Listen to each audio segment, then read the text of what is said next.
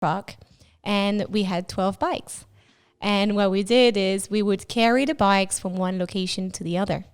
And when the business grew, we had 2 sets of bikes, still 2 trainers, me and my husband, and we were moving around. So we'll start around 6 a.m. and my husband would drop me at one location.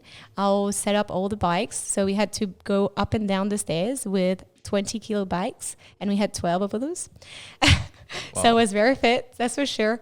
So going down, teaching 3 back-to-back classes while my husband drives to the other location and set up his own thing, teach 3 classes back-to-back, bring the truck back to the next location while I'm putting the bikes up the stairs and then bringing it back. So that was it. That was my whole life.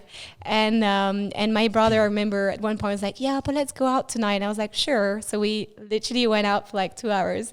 And then I still remember like in my dress, in my heels, going back and putting the bikes back in the country club for the next day, 6 a.m. class. So it was literally like on and on and on. It never stops. Because it was only the 2 of you, and maybe the most you have one help, if there was even someone available, until you started hiring and having more people in your team.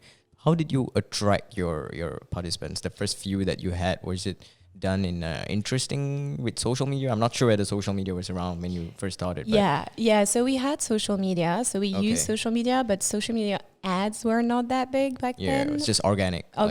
And we were very lucky that we started within country clubs at first. And because we were introducing a new activity within the country clubs, all the advertising done within the country clubs, which is the magazine, their own social media platform, around the club, all of that was free of charge for us.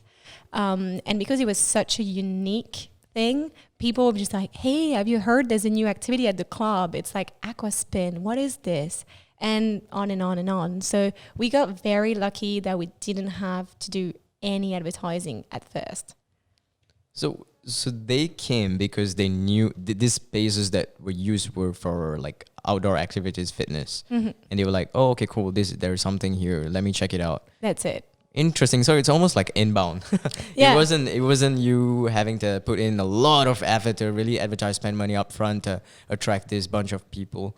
And how did they find it when they first did? Because it was all fresh, right? A fresh new experience for these participants. Yeah. So at first when we started, we had a lot of Europeans, expats. Why? Because it's already well known in Europe. So they knew about it. And usually they're a little bit more inclined to try something completely new and different. So we had a lot of expats at first. And then slowly but surely, people who had never tried it started out. And they were just like, they were like me. They were kind of like skeptical before they came in, and they kept on like grabbing my arm and be like, yeah, but I have knee issues, okay? Like, you need to be gentle with me. And I'm like, yeah, give it a go, try it out. And they'll go in and, you know, they'll start, I could see their faces being like, kind of like, oh my God. Like, I don't, I'm going to feel pain. And I know exactly how they feel because I was that person, right? I was exactly on their seat. And when I finally figured out, like, after a minute or two, they start spinning and they're just kind of like, okay, they relax. And then suddenly I see a smile on their face and they're like, oh my God, sign me up. I love this. We had like an 80% conversion rate. So that's like, I've never seen anywhere else. This is ridiculous.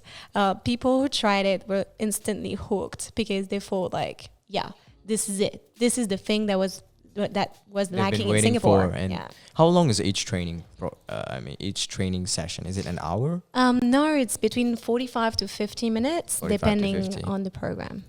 Right, and do you classify people? Like, for instance, if someone is too big, whether they are obese or not, but they're too big, and then they have to have a more personalized training session, or someone that is off surgery, maybe 2 months off surgery, and they are just trying this out. Would there be a personalized training for them? Yeah, so basically we have, as I said, we have group training and personal training. Sure. So usually if you're just off surgery, your doctor might tell you, okay, you're not ready to join group classes yet, which means that you'd rather go directly to personal training. One-on-one. Yeah, that's it. So I'm a rehab specialist, so I've been working in a rehab for 7 years now. And I do aqua rehab mostly, obviously. Okay. So helping people, after or before surgery, or trying to avoid surgery. We have clients who, you know, they don't want to go for surgery, and we are literally their last resort. So it's a lot of weight on our shoulders. Yeah, I know. I'm one of them. And I'm sure there are some people watching and listening to this that compare yourself to yourself. Be the best version of yourself. That's it. Compete with yourself. So take pictures, journal, you know, record where you're at and your struggles and what you're feeling and how you know, how much you weigh, what's your body fat percentage, and work towards a goal that is realistic for you. You know what? It's going to be amazing. And when you get there, you